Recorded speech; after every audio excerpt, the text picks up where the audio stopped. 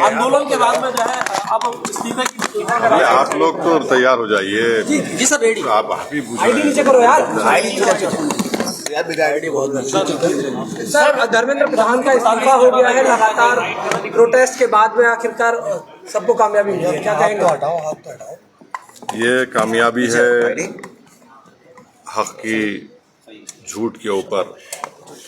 ये कामयाबी है उन तमाम नौजवानों की जिद्दोजहद और उनकी कुर्बानी, और मैं उनको मुबारकबाद भी देता हूँ। और आज का जो तब्दीली पैदा हुई है वो इस बात की तरफ इशारा देता है कि मोदी सरकार अगर ये समझ रही है कि वो जो चाहे कर सकती है, चाहे बुलडोज़र से घर तोड़ सकती है या फिर किसी को दबा सकती है, तो इस आंदोलन ने इस बात का उनको खुला पैगाम दे दिया है कि अब तानाशाही नहीं चलेगी।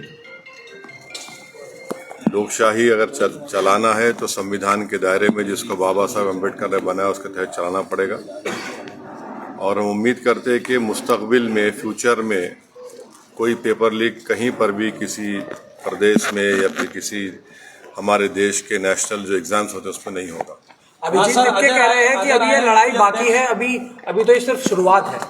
क्या कहा आपने? अभिजीत लिपके कह रहे हैं कि अभी तो ये लड़ाई और भी बाकी है, अभी ये शुरुआत हुई है। प्रोटेस्ट भी सर पहला विकेट गिरा है, प्रोटेस्ट खत्म। हाँ, तो लड़ाई लड़ने का इख्तियार भारत के संविधान ने सबको दिया है। और अभी मोदी सरकार के अभी 2 ही साल तो मुकम्मल हुए हैं, तो जाहिर है सबको मिलकर जिद्दोजहद करना पड़ेगा। अखिलेश यादव कह रहे हैं कि इनकलाब की जीत हुई है। अब वो उनके बारे में मुझे सर अजय राय हैं कांग्रेस अध्यक्ष, वो कह रहे हैं कि अब धर्मेंद्र प्रधान की गिरफ्तारी भी होनी चाहिए और फिर उसके बाद जांच होनी चाहिए। कोई दूसरी पार्टी का क्या बोलेगा, हमसे क्यों पूछ रहे हैं आप? वो जवाब देंगे अपना। सर लीडर ऑफ अपोजिशन के पे तो वो बताएंगे। सर वो बोल रहे हैं कि लड़ाई जो है इस पूरे मामले में जो कार्रवाई है, जिन्होंने लाठी चार्ज किया है पुलिस वालों पे, उनके खिलाफ कार्रवाई होनी चाहिए और एक्शन सख्त होना चाहिए। आपका क्या स्टैंड है? 4 लोगों को पेलेट गन से गोली मारी गई और एक की तो आंख ज़ाय होने वाली है। इस पर एक्शन होना जरूरी है कि कैसे पेलेट गन इस्तेमाल किया गया, और जिन लड़के लड़कियों का लाठियों से सर फोड़ा गया है वो वीडियो विजुअल तो सारी दुनिया ने देखे हैं। और वो मसला दिल्ली हाई कोर्ट में भी गया है, अब शायद सुप्रीम कोर्ट भी उसमें सुनवाई होगी। तो सरकार को चाहिए कि ये कैसे हो रहा है। तो यकीनन ये पेलेट गन आप देखिए कि जब जम्मू कश्मीर में इसको इस्तेमाल किया गया था, करीब मेरे ख्याल से अगर मैं गलत ना कहूँ तो 1000 के ऊपर लोगों को पेलेट गन से मारा गया था। उसमें से 50-60 लोग बिल्कुल देख नहीं सकते हैं। तो पेलेट गन का इस्तेमाल जिन 4 युवाओं पर हुआ है उसकी तो तहकीकात होनी चाहिए। एक तो मंसूरी है जबलपुर मध्य प्रदेश के, जो BA MBA करे। एक इसमें कोई आपकी बरादरी का आउटलुक का जर्नलिस्ट है। तो ऐसे कैसे होगा? तो बिल्कुल गलत हुआ है।